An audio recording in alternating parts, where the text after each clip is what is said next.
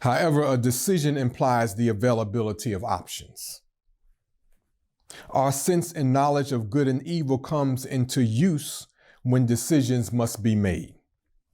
This is discernment, but in this world of evil, ruled by the synagogue of Satan, we have been deceived into perceiving wickedness as good and immorality as freedom.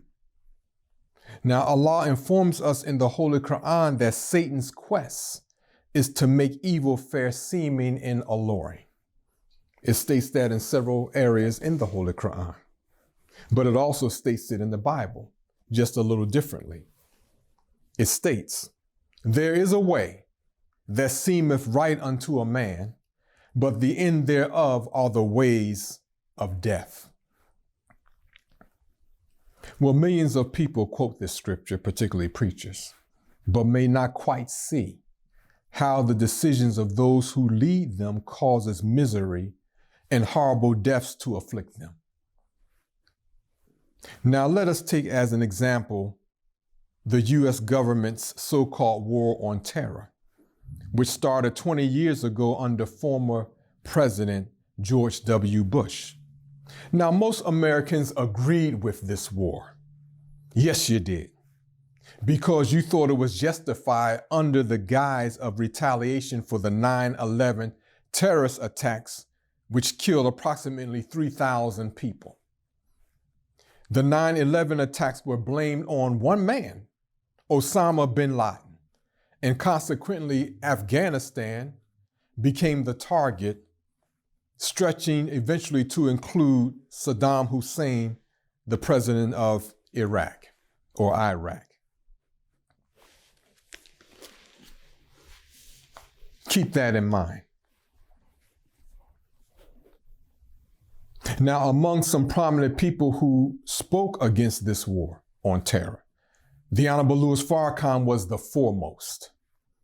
That's undeniable.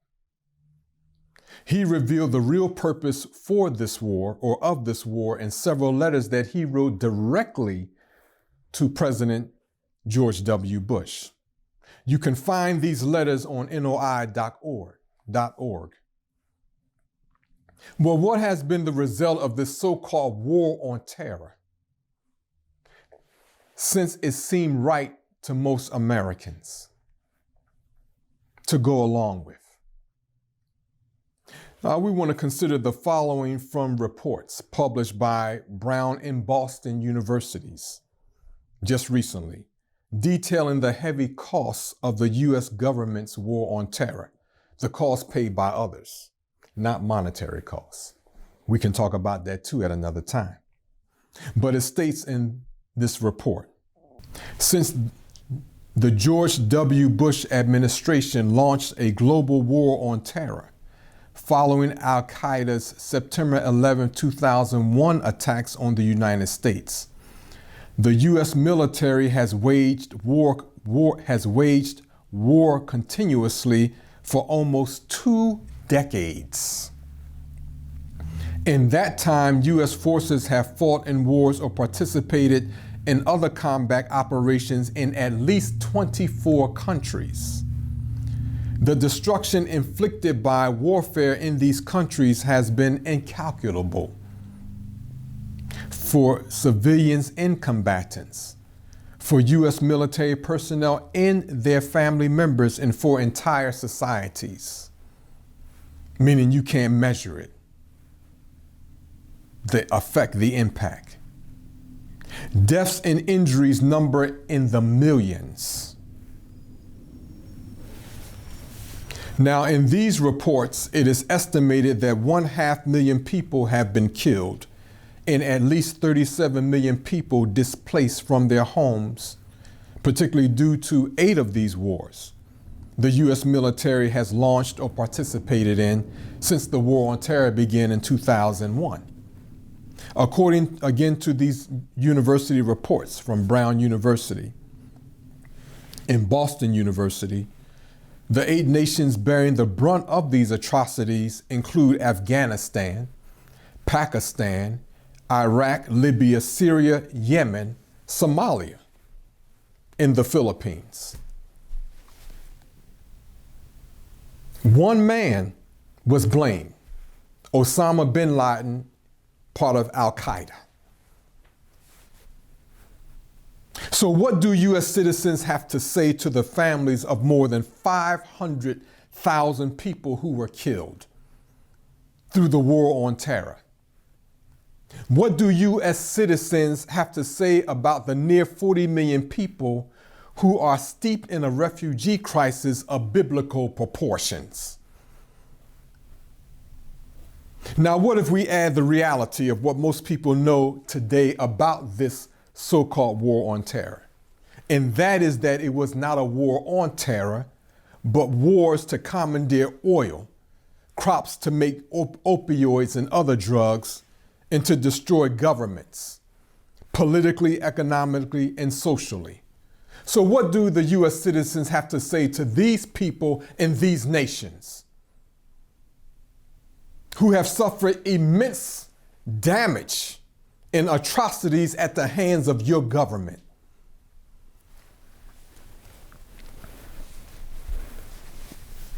You don't have much to say.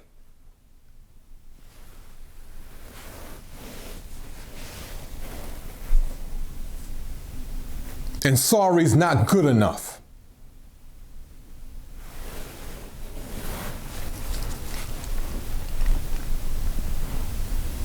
If you even have that kind of remorse. Now, the divine guidance and directives delineated in the Bible and in the Holy Quran rescues us from the ignorance of our own opinions regarding matters of life and death. And it also insulates us from the deception of those who seek to use the lives of the common people to achieve personal wealth. Now, have you noticed many of those in Congress and in the office of the presidency are millionaires? We should be cognizant of this because they're not like you. Maybe a few of them got in from the vote of the grassroots, but most of them aren't like you.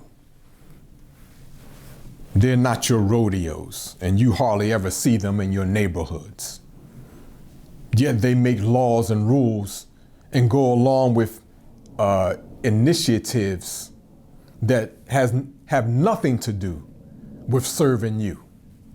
Tell me I'm lying.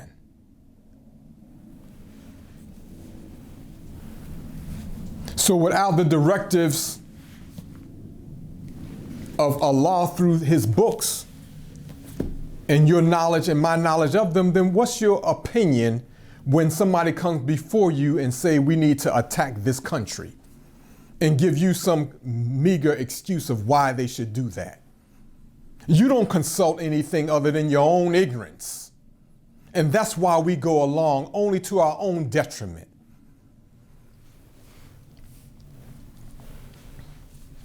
So religion is not Holy Quran. Religion is not Bible. Now, some have used these scriptures to craft religions, of course, but these books contain guidance for proper human conduct in relationships, in relations. So I'm asking all of you to make the investment to obtain a Holy Quran. You already should have a Bible, but if you don't, get that too. And read through it. You can read the stories and the narratives and the allegories, but read the directives as well. This will help you and me see beyond ourselves into what others will experience based on the decisions of our governments.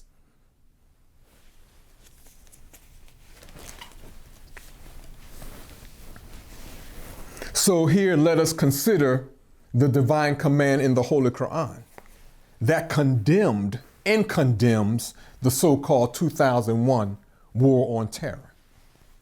It states, Allah doth wish to lighten your difficulties, for man was created weak in flesh. O you who believe, eat not up your property among yourselves in vanities, pursuit of wealth. But let there be amongst you traffic and trade by mutual goodwill. Nor kill or destroy yourselves for wealth. For verily Allah hath been to you most merciful. So this first verse, calling attention to the weakness of man, shows the need for divine guidance based on adherence to the divine principles of righteousness, especially this one, mutual trade for goodwill or under goodwill. Because it keeps us from being plunged into an abject hell by the few of those who control or govern us.